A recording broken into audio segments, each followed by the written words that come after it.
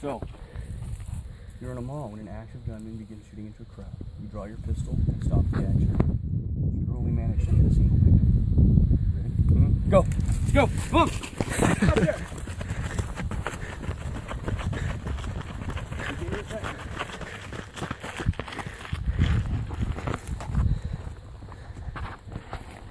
Verbalize to me what you're doing.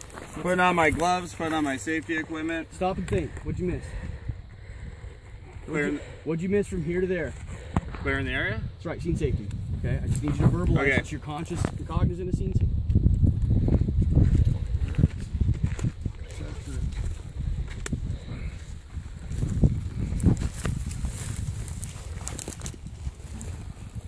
You okay? How you doing? Don't forget to use pressure. What's more critical, the bleed or the chest wound? Well, chest wound for double.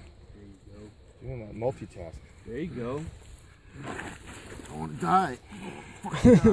Okay, so I want to die. by placing your knee on his chest, you're not actually occluding him, but you are compromising his respiratory ability. okay. Just FYI.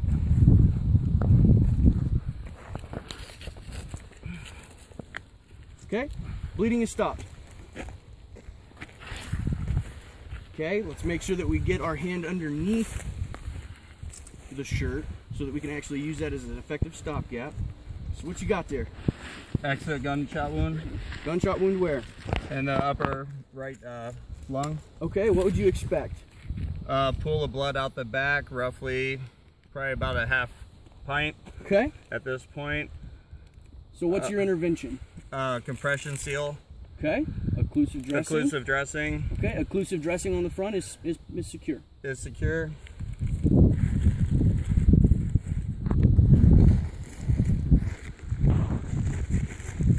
Now you still got that wound in the front. Use that stopgap. Because you've already got the occlusive dressing applied on the rear. Right. Well, I was gonna wrap him. So what about the entrance wound? It's sealed off also. Have you already sealed it? That's I didn't hear you verbalize. okay. Verbalized. Okay, Sealed there off you front go. wound also. Okay, occlusive dressings are in place. Now what? Wrap it to hold them in place. Okay, have you addressed his airway at all? Oh no, not at this point. Okay, so what's the algorithm? Massive bleeding and airway, right? Airwave. Okay, so you've got the respiration taken care of. Now, go ahead and go into your airway assessment. Lift and tilt. Chin lift, Chin lift. jaw thrust. Draw neck. Tongue is tilting back in the back of the head. What's a good indicator that he's still breathing? That he's got The a chest pace is here? rising, still bilaterally. Good. So gonna pull him up.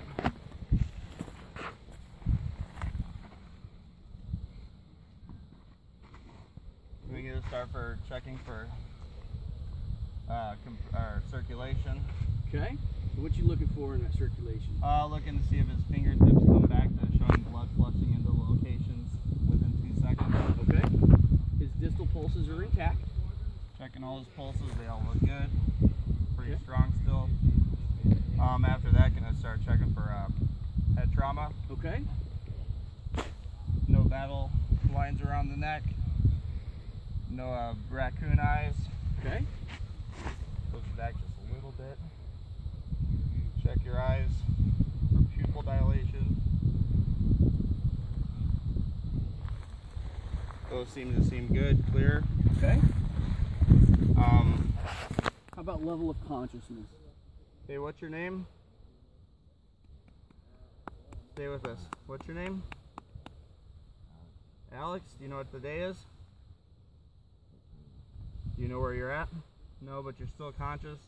We put you back here so you keep the tongue out of the back of your mouth. All right, so now what? We finished March. Probably gonna lay him on his side Okay. and then reassess everything. Okay, you have already called somebody or told somebody to call 911. The EMS is on their way and you're going to meet them at the door. Go ahead and get your gear. The patient is stabilized to this point, so go ahead and get your gear wrapped up and ready to go. Put him in recovery mode. Very good.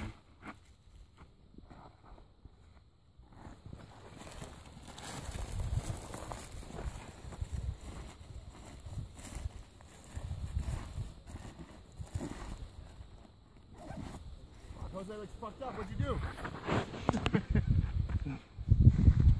Gunshot wound through the chest, through the right side of his lung, out exit wound out the back. Go ahead and take the, we're going to have you drag the patient to the first bit of shade. I'll play EMS. Yes, sir.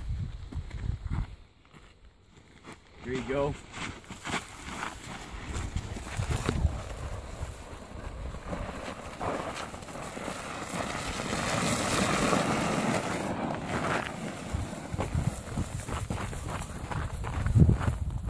Not the horse shit. There you go, good. I'm right in the horse shit. That's what I did. The reassessment again. Okay, what are you reassessing first? First, what's the algorithm for primary assessment? massive bleeding. Good. So reassessing all of your major interventions, right? First front is in place. The individual has started bleeding again. Okay, restart the compression, reattach the seals. Okay. Recompress. Check the tourniquet. Okay. Check to see if he has pulse still in those locations. Okay. Pulses are still intact. Apply more dressing, recompress, and then start checking from there. Go into airwave. Once I get those secured, okay. Go tilt again. Still swelling on his tongue. Okay.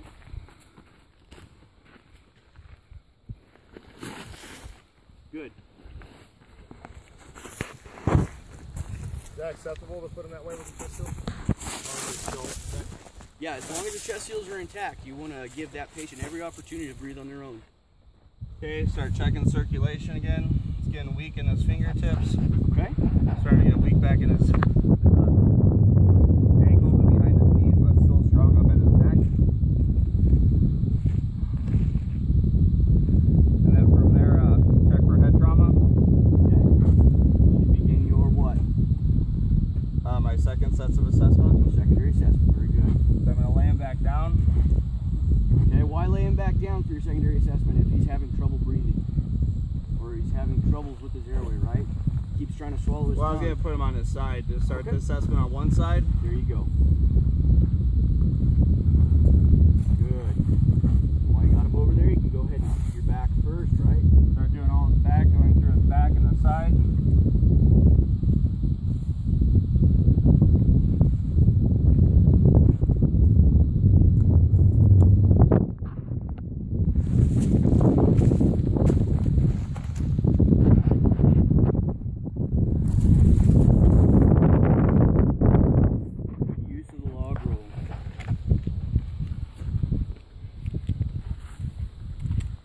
That one came back open a little bit more, put a little more compression back on it. Okay. What are you checking for from head to toe? Any other cuts, any extra blood coming out of him, like if there's another exit wound. What's the algorithm? Stop and think. No pressure. I totally forgot right now. Decap BTLS. Alright. Okay, looking for deformities, bruising or contusions, abrasions and punctures, burns, tenderness, lacerations, or swelling in the victim. Well, I'm not getting too much more reaction on him because he's starting to go unconscious. Okay. So we're going to do a brachial to see his level of consciousness. There we go. And he's conscious to pain. He's conscious to pain. AVPU. So from there, you just start my assessment again. Reassess your interventions, right? Okay, so I'm not going to have you fill out a casualty card, but Alex here is going to play EMS, and I need you to relay to him exactly what happened, and exactly what's going on with the patient.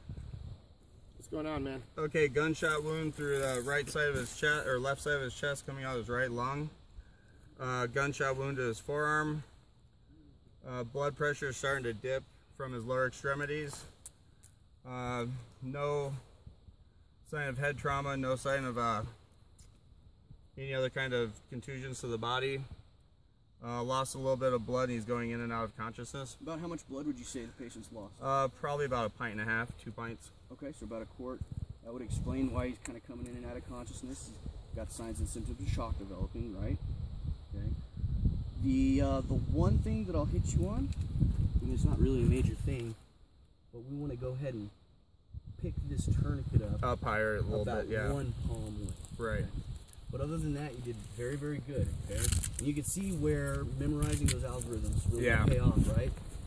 Because I'm telling you, if you do it and you do it correctly, every time you see it, you come up on a patient like that, you're going to start through those algorithms. You're going to go march, massive bleeding, airway, respiration, circulation, head trauma. Okay. I know it's really hard to go through the algorithm in order. Yeah. Especially whenever you see that he's bleeding from the chest, right? Right. Okay. Because you want to assess that, and you think it's like a major leak. Is this a major